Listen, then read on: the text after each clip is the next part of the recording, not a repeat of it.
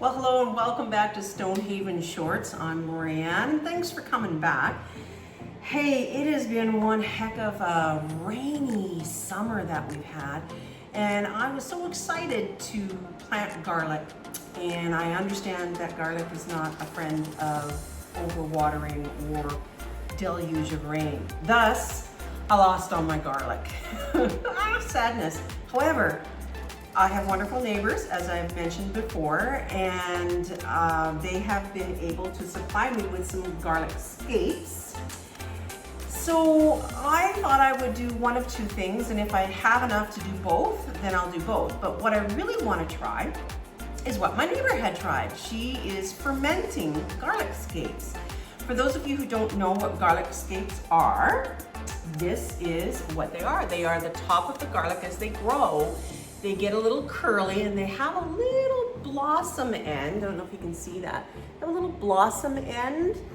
The blossom end is edible, but for my purposes, I just wanted to use the stem portions, and we are going to ferment them in a pint jar.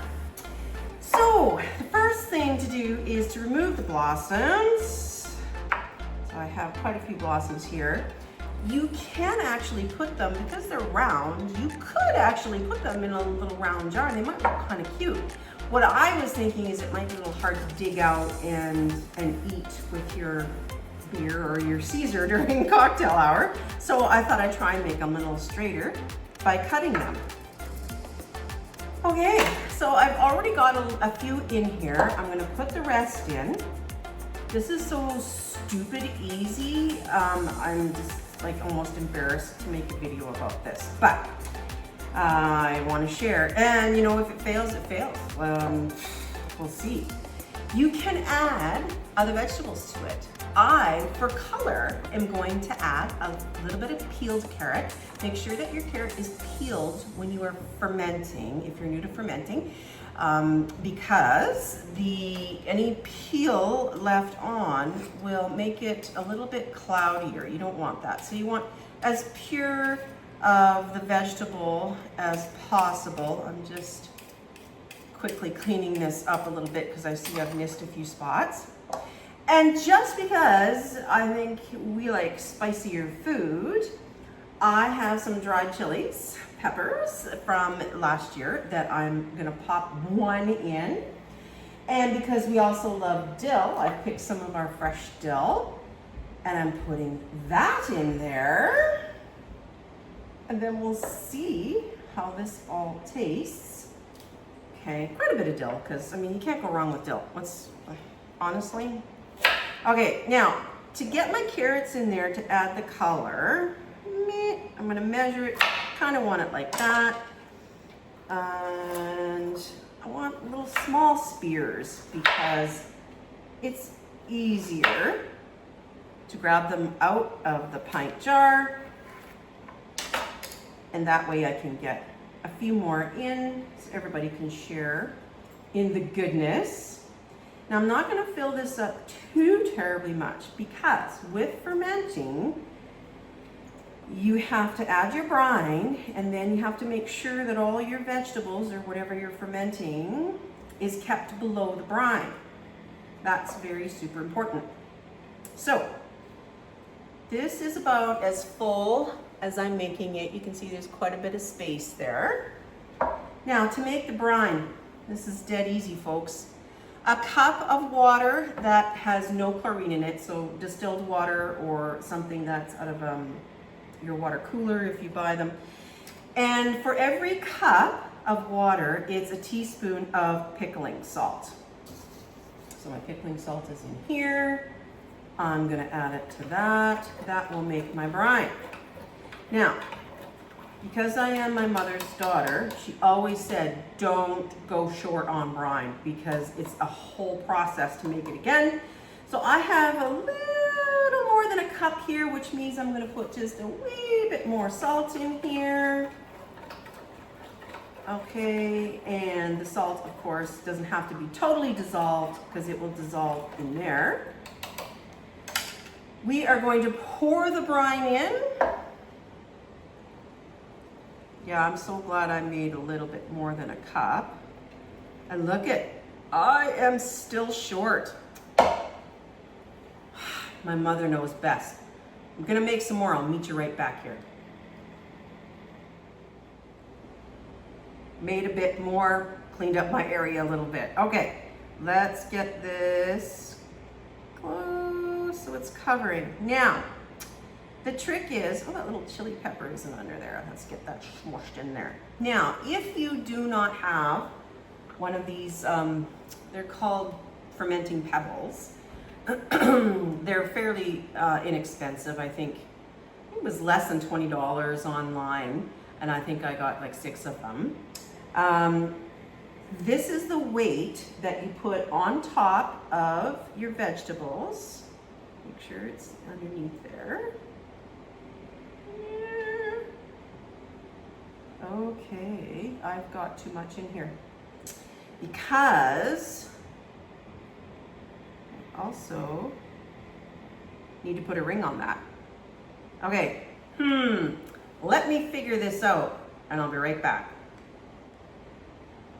Well, that was an easy fix. Honestly, all I did was just push it down a little bit more and it is totally submerged. In addition to these little pebbles, if you plan on fermenting, these little rubber nipples are also very important because as things ferment, it's going to release gases. And if you don't have one of these, which will automatically release gases, then you have to burp your jar, which means you just got to open it up and let the gas out and then put it back. And you have to do that almost every day, every second day. But I'm lucky enough that I have these silicone nipples, so that goes over top like that, and it's going to conform to the top of the pebble. And then I just put my ring on top to secure everything. And this, I got a little bit of water on there, or a little bit of brine. This is what it looks like. Quite lovely. It will cloud up as it ferments, but it will be ready in about 5 to 7 days, they say. So I'm kind of excited that it doesn't take that long. I have done like a cordita Mexican slaw before, and it took a little bit longer than that, but I'm really excited to see how that works.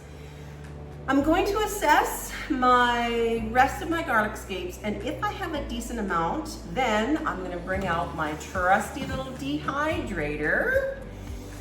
I'm going to dehydrate them and make garlic scape powder. The flavor of garlic scapes are milder than full garlic. So if garlic is a little bit too strong for you, maybe garlic scapes is what you want to go with. I would compare it to, a regular onion versus leeks. Leeks have more of a milder flavor, but kind of an oniony family. So yeah. Anyways, let me assess, see what I've got for the rest of garlic scapes, and maybe we can start dehydrating. As you can see, I have a fair bit left. So what we have to do is chop them up and then throw them on the dehydrator. Now my dehydrator has fairly big holes, so I will put some parchment paper underneath of it. But let me get these chopped up, get some parchment paper on there, and we'll start some dehydrating.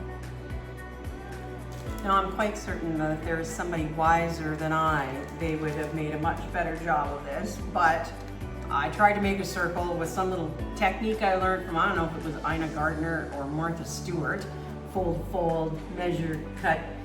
Anyways, made a circle. So I'm gonna put some of my scapes on each. I think that I can get away with 2 trays.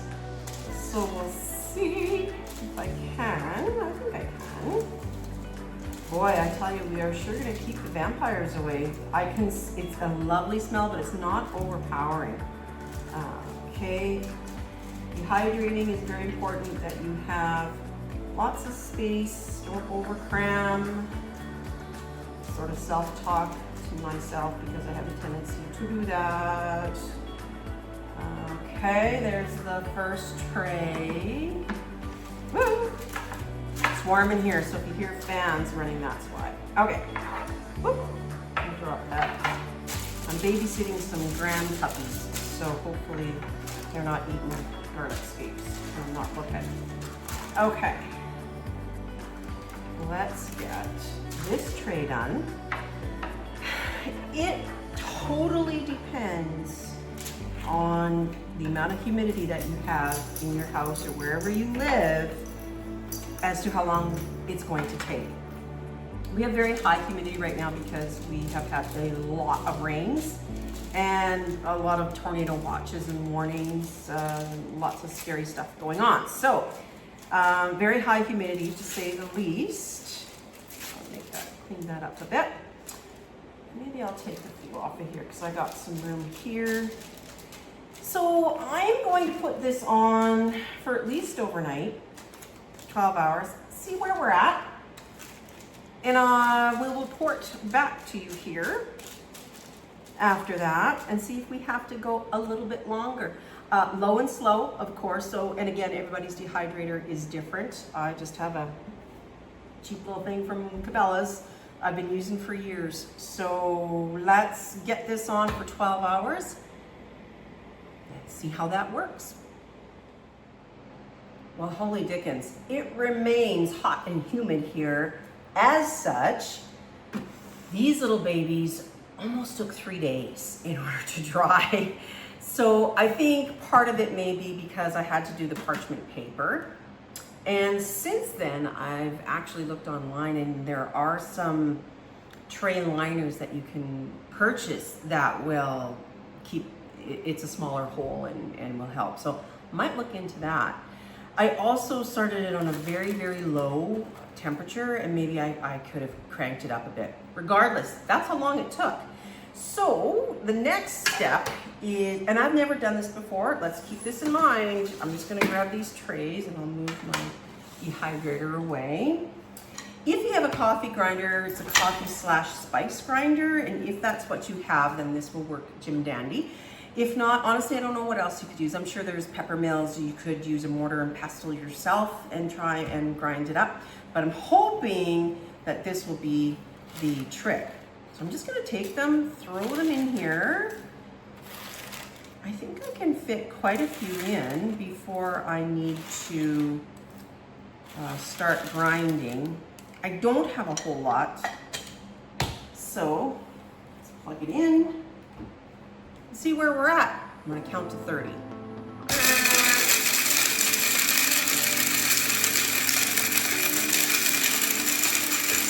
May take a little longer than 30 seconds.